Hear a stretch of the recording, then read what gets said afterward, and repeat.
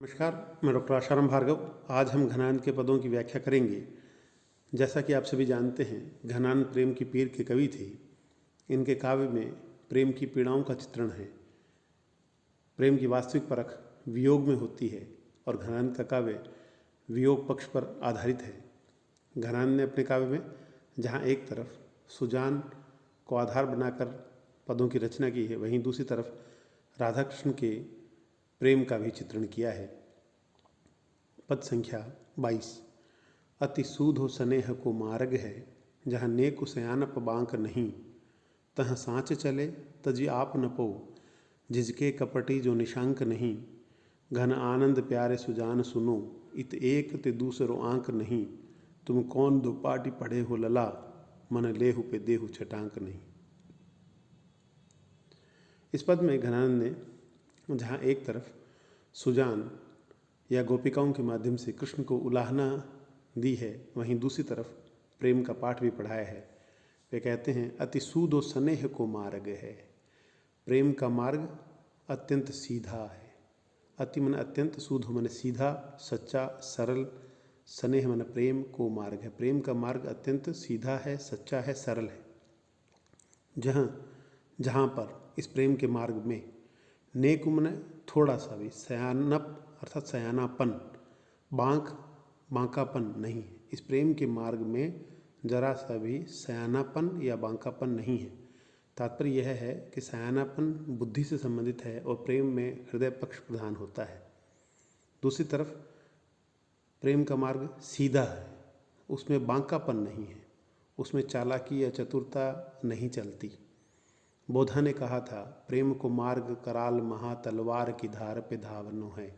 वे प्रेम को मार्ग को अत्यंत कराल मानते हैं और तलवार की धार पे चलने के बराबर मानते हैं। उनके अनुसार प्रेम को निभाना कठिन है। यहाँ घनानंद भी यही कहते हैं कि प्रेम का मार्ग सीधा है, सरल है, उसमें बांकापन, चतुराई, चालाकी नहीं चलती। फिर कहते हैं, तह सांचे चले, तह मन वहाँ अर्थात प्रेम मार्ग में, सांचे चले सच्चाई से चलता है जो, तजी त्याग करके, आपनपो अर्थात होता है स्वत्व, अभिमान को त्याग कर चलता है। झिझके कपटी, और जो इस मार्ग पर झिझकता है, जो कपटी व्यक्ति है, उसे निशांक नहीं, निशांक में थोड़ा सा भी उसे प्राप्त नहीं होता। अर्थात प्रेम उस व्यक्ति को प्राप्त होता है जो सांचे चले, सच्चाई से चलता है, तजी आपनपो, अपने स्वत्व को, अपने अभिमान को झुका देता है, त्याग देता है, उसी को प्रेम मिलता है। झिझके, जो झिझकता है या जो कपटी है इस मार्ग पर, उसे निशांक नहीं, उसे प्रेम मार्ग में कुछ भी प्राप्त नहीं होता। कबीर ने कहा भी है, प्रेम न खेतो नीपजे, प्रेम न हाट बिकाए, राजा प्रजा जिस रुचे, शीश दे ले जाए। यहाँ शीश देने या अपन पर त्यागने का तात्पर्य यही है कि स्वत्व और अभिमान को खत्म करना पड़ता है। घनानंद कहते हैं, घन आनंद प्यारे सुजान सुनो। घनानंद कहते हैं, हे प्यारी सुजान सुनो, इत एक ते दूसरो आंक नहीं। इतवन यहाँ एक ते, एक से, दूसरो दूसरा आंक नहीं, एक से दूसरा कोई नहीं हो सकता। प्रेम में एक निष्ठता, अनन्यता बहुत जरूरी होती है। तुम कौन सी पाटी पढ़े हो लला, उलाहना देते हुए गोपिकाएं कहती है कि तुम कौन सी पाटी पढ़े हो लला, हे लला तुम कौन सी पाटी पढ़े हो, कौन सा तुम्हें पाठ पढ़ाया गया है या तुम्हें किसने पढ़ाया है कि मन लेहु पे देहु छटांक नहीं। यहाँ मन लेहु पे देहु छटांक नहीं के दो अर्थ हैं। एक तरफ मन, मन अर्थात 40 किलो, लेहु पे ले लेते हो, लेकिन देहु मन देते नहीं, छटांक, छटांक अर्थात थोड़ा सा, मात्रा के आधार पर माना जा सकता है। मन अर्थात 40 शेर और छटांक अर्थात थोड़ा सा। तुम लेते बहुत सारा हो लेकिन देते कुछ नहीं हो। वहीं दूसरी तरफ मन का अर्थात है, तुमने मेरा मन तो ले लिया है लेकिन देने के लिए तुम्हारे पास कुछ भी नहीं है, आपने वापस प्रेम नहीं दिया। यह महत्वपूर्ण यह है कि प्रेम में यद्यपि प्रतिदान की संभावना नहीं होती और ना ही कोई व्यक्ति प्रतिदान की आशा करता है, लेकिन फिर भी प्रेम के बदले प्रेम की आशा अवश्य की जाती है। और यहाँ घनानंद यही कर रहे हैं कि मन लेहु पे देहु छटांक नहीं। मन लेते हो लेकिन देते छटांक नहीं। मन के बदले मन क्यों नहीं देते। इस प्रकार इस पद में घनानंद ने प्रेम का पाठ पढ़ाया है और साथ ही उलाहना के माध्यम से भी वियोग का चित्रण किया है। वे कहते हैं प्रेम का मार्ग अत्यंत सीधा है, सरल है, सच्चा है, जिसमें सयानापन, बुद्धि का बांकापन नहीं चलता। जहाँ सच्चाई से चलने वाला व्यक्ति हो, जिसने अपना स्वत्व त्याग दिया हो, उसी को प्रेम मिलता है। जो झिझकता है, जो कपटी है, उसे निशांक थोड़ा सा भी प्राप्त नहीं होता। घनानंद कहते हैं प्यारे सुजान सुनो, यहाँ एक ते दूजो अंक नहीं, यहाँ पर तुम्हारे सिवा कोई दूसरा अंक भी नहीं है। अर्थात कोई दूसरा नहीं है, अनन्यता है, एक निष्ठा है।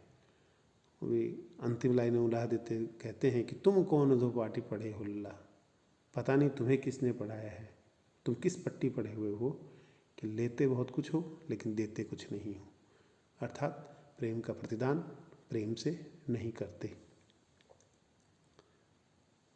पद संख्या 23, कित को ढरिगो वह ढार अहो, जिहि मोतन आँखिन हे ढोरत हे, अरसानि गही उहि बानि कछु, सरसानि सो आनि निहोरत हे।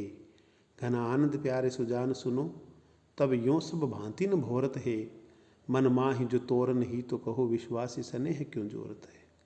इस पद में भी जहाँ एक तरफ घनानंद ने, दूसरी तरफ गोपिकाओं ने कृष्ण को उलाहना दिया है। वे कहते हैं कि मन माहि जो तोरन ही तो, आपने मुझसे प्रेम किया लेकिन तुम्हारे मन में, मन माही, मन में जो तोड़ना ही था, तुमने प्रत्यक्ष मुझे नहीं बताया कि तोड़ना ही है संबंध, तुमने मन में तोड़ने की इच्छा रखी हो तो कहे मन माही जो तोरन ही तो कहो, हे विश्वासी, हे विश्वासघाती, स्नेह क्यों जोरत है। स्नेह अर्थात प्रेम, क्यों जोरत, क्यों जोड़ रहे, हे मन थे, जब तोड़ने की मन में इच्छा थी तो स्नेह क्यों जोड़ रहे थे। ये उलाहना है। संयोग और वियोग का चित्रण करते हुए घनानंद कहते हैं कित को ढरिगो वह ढार, कित को मन कहाँ को, ढरिगो मन ढल गया, झुक गया, बह गया, वह ढार, वह ढार अर्थात वह ढाल, अहो अरे, जिहि जो, मोतन मेरे शरीर की तरफ, आँखिन ढोरत है, आँखें ढोरत है, ढुलकती थी, झुकती थी, द्रवीभूत होती थी। कहने का तात्पर्य यह है कि जो आप द्रवीभूत होते थे, जो अपनी आँखों को मेरी तरफ झुकाते थे या मेरी ओर करते थे, या आपकी आंखें मेरी तरफ ढुलकती थी, वो कित को ढरिगो, वह कहाँ चलेगी। कित को ढरिगो वह ढार, वो मेरी तरफ झुकना था, वो मेरी तरफ द्रवीभूत होना था, वह ढार, वह द्रवीभूत होना अब कहाँ, कित को ढरिगो, कहाँ ढल गया। जिहि जिससे, मोतन आँखिन, मोतन मेरे शरीर की तरफ, आँखिन ढोरत हो, जिस भाव से आप मेरे तरफ, मेरे शरीर की तरफ अपनी आँखों को ढोरते थे, अब वह आपका द्रवीभूत होना किसकी तरफ हो गया। कहने का तात्पर्य है कि जो प्रेम आपके मन में मेरे प्रति था, जिसके वशीभूत होकर आप मुझे देखते रहते थे, अब आपके मन में किसका प्रेम आ गया है, आपका मन किसकी तरफ झुक गया है। वे कहते हैं दूसरी तरफ, वो कहते हैं आँखों के बाद कि अरसानी गही, अरसानी अर्थात आलस, गही मैंने ले ली, उही बानी, आपकी उही मैंने उसी, वाणी मैंने वाणी ने आलस ले लिया, जो कछु सरसानी सु, जो कभी सरसता से, सरसानी अर्थात सरसता से, आनी मैंने आकर के निहोरत है, निहोरत अर्थात मेरे निहोरे करते थे, मेरा अनुरोध करते थे। वो कह रहे हैं कि जो उस वाणी से आप सरसतापूर्वक आनंद से मेरे निहोरे करते थे, अनुरोध करते थे, उस वाणी ने भी लगता है अरसानी गही, आलस ले लिया है, उस वाणी को भी आलस हो गया है। तात्पर्य यह है कि आप बार बार सरसतापूर्वक आकर मेरे तरफ अनुरोध करते थे, प्रेम का निवेदन करते थे, अब वो वाणी भी आपकी आलस हो गई, यानी कि आप अब मुझसे बात भी करना नहीं चाह रहे, आप मुझसे अनुरोध करना तो दूर की बात है। वो कहते हैं घन आनंद प्यारे सुजान सुनो, हे प्यारी सुजान सुनो, तब अर्थात संयोग में, यूँ इस प्रकार सब भांति न भोरत है, सब तरह से आप मुझे भोर रहे थे, भोरना अर्थात बुलावे में डाल रहे थे, मुझे आप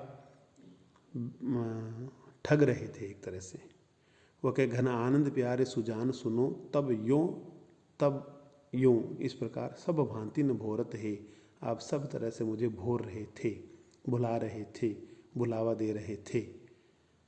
वो आगे कहते कि मन माहि जो तोड़न ही तो, मन में अगर तोड़ना ही था तो कहो हे विश्वासी, स्नेह क्यों जोड़ते थे, आप स्नेह क्यों जोड़ रहे थे। इस प्रकार इस पद में घना उल्लारना देते हुए प्रेम के प्रति यह भाव प्रदर्शित करते हैं कि अगर तुम्हें तोड़ना ही था तो प्रेम जोड़ा क्यों। सब भांति सब तरह से आप मुझे भुलावा दे रहे थे। इसका तात्पर्य यह है कि एक जब आप मेरी तरफ देखते थे, मेरी तरफ आपकी आंखें झुकती थी और आपके हृदय के भाव जो मेरी तरफ ढुलकते थे, बहते थे, झुकते थे, वो अब कहाँ चले गए। जिस वाणी से आप मेरे निहोरे निकालते थे, प्रसन्नतापूर्वक आकर मुझसे बात करते थे, मुझसे अनुरोध करते थे, वो वाणी अब आपने वाणी ने आप आलस ले लिया है। अर्थात अब आप निहोरे करना तो दूर, बात करना भी जरूरी नहीं समझते। तो इस स्थिति में घनान कहते हैं कि मुझे लगता है कि आप सब तरह से मुझे भुलावा दे रहे थे, ठग रहे थे। वो कह रहे आपके मन में तोड़ना ही था, तो मन में अगर तोड़ना ही था तो आपने मुझसे प्रेम जोड़ा ही क्यों। पद संख्या 24। आंखें जो न देखे तो कहाँ ये कछु देखती है, ऐसी दुखियाइन की दशा आए देखिए। प्राणन के प्यारे जान रूप उजियारे बिना, मिलन तिहारे इन्हें कौन लेखे लेखिए। नीर न्यारे मीन और चकोर चंदहीन हूते अति ही अधीन दीन गतिमति पेकिए। होजू घन आनंद ढरारे रस भरे भारे, चाहते कि बिचारे सो न चूक नि परेखिए। इस पद में घनानंद जहाँ एक तरफ सुजान को, वहीं दूसरी तरफ गोपिकाएं श्री कृष्ण को अनुरोध करती है कि वो आकर वियोग में कम से कम एक बार आकर मेरी दशा देखे। यदि वो एक बार दशा देखेंगे तो उनको मुझ पर दया जरूर आएगी। यहाँ उन्होंने प्रलाप का चित्रण किया है। वो कहते हैं कि आंखें जो न देखे, मेरी आंखें जो न देखे, मेरी आंखें अगर आपको नहीं देखती तो कहाँ कछु देखती है, तो कहाँ कुछ देखती है। यानी मेरी आंखें तेरे सिवा कुछ नहीं देखती। ऐसी दुखियाइन की, ऐसी दुखियानी आँखों का दशा आए देखिए। इन दुखियानी दशाओं को, आँखों की दशा को आकर एक बार देखिए। गोपिकाएं कृष्ण से अनुरोध करती है कि एक बार आकर के मेरी इन आँखों की दशा देख लीजिए कि ये आँखें आपके सिवा किसी को नहीं देखती। कि आँखें जो न देखे, अगर आँखें नहीं देखती हैं तो कहाँ कछु देखती है, तो कहाँ कुछ देखती है। ऐसी दुखियाइन की, ऐसी दुखियानी की दशा आकर देखिए। वे आगे कहते हैं कि प्राणन के प्यारे जान रूप उजियारे बिना, प्राणों के प्यारे जान रूप आपके उजियारे बिना। हे प्राणों से प्यारे सुजान या जान, प्राणों से प्यारे कृष्ण, आपके उजियारे रूप के बिना, आपके रूप के प्रकाश के बिना, बिना मिलन तिहारे, बिना आपके मिलन के इन्हें कौन लेखे लेखिए। इन आँखों को कौन से लेख लिखने हैं। यानी कि मेरी इन आँखों को आपके रूप के उजियारे के बिना कोई लेखे नहीं लिखने, इसलिए जब तू नहीं दिखता तो किसी और को देखती भी नहीं है। यानी तुम्हारे रूप को देखने के अलावा इन आँखों को कोई काम नहीं है, ना ही इनको कोई लेखे लिखने, ना ही इनको कोई लेख लिखने। वे कहते हैं नीर न्यारे मीन, नीर से न्यारा मीन अर्थात मछली पानी से दूर हो जाए, और चकोर चंदहीन, और यदि चकोर पक्षी जो है चांद से दूर हो जाए, चांद से दूर हो जाए, अर्थात दोनों का वियोग जो है। तो नीर न्यारे मीन, मछली पानी से अलग हो, चकोर चांद के बिना हो, उनसे भी हूँ से अति ही अधीन, उनसे भी ज़्यादा अधीन, दीन कमज़ोर, गति मति पेखिए, मेरी गति यानी स्थिति और मति मन बुद्धि, पेखिए मत देखिए। एक बार आकर आप मेरी स्थिति देखिए कि मछली की बिना पानी की स्थिति होती है, चकोर की बिना चांद की स्थिति होती है, उससे भी ज़्यादा अधीन, उससे भी ज़्यादा दीन स्थिति, और मेरी बुद्धि, मेरी स्थिति आकर देखिए, होजु घन आनंद, हो जी घनानंद, ढरारे, ढरारे अर्थात झुके हुए, द्रवीभूत, रस भरे, प्रेम से भरे हुए, भारे भारी, चातक विचारे, मेरे इन चातक, चातक आँखों के लिए कहा गया है कि चातक विचारों सुन, इस विचारे चातक से न चूकनी, मना इनकी चूक को, इनकी भूल को, इनको भूल में डालकर परे की परीक्षा लेना, अर्थात इनकी भूल पर इनकी परीक्षा मत लीजिए, इन आँखों की परीक्षा मत लीजिए, आप आकर इन दर्शन दीजिए। वे कहते हो जो घन आनंद, ओ जी घन आनंद, ये द्रवीभूत, प्रेम से भरे हुए, भारी, इन चातक जैसी आँखों को विचारे सो न चूक रही, इनकी गलतियों पर, इनकी भूलों को न परेखिए, मत ध्यान दीजिए, मत परीक्षा लीजिए। इस प्रकार इस पद में भी गोपिकाएं और घनानंद अनुरोध करते हैं कि आँखें अगर तुझे नहीं देखती तो किसी को नहीं देखना चाहती। आप कम से कम ऐसी आँखों की एक बार दशा तो देख जाओ। हे प्राणों के प्यारे, आपके रूप उजाले के बिना और बिना आपके मिलन के इन आँखों को लेखे नहीं लिखने, अर्थात तेरे दर्शन के अलावा इन आँखों की कोई उपयोगिता नहीं है। वे कहते हैं बिना पानी के जो मछली की स्थिति होती है, बिना चांद के जो चकोर की स्थिति होती है, उससे भी ज़्यादा हीन और दीन मेरी गति और स्थिति है। वे आगे कहते हैं कि घनानंद कहते हैं कि ढरारे रस से भरे हुए, प्रेम से भरे हुए इन भारी मेरे चातक जैसी जो आँखें हैं, आपके रूप के दर्शन की जो प्यासी आँखें हैं, उनकी गलतियों पर मत परीक्षा लीजिए। इस प्रकार घनानंद के काव्य में अनुभूति की सच्चाई स्पष्ट दिखाई देती है।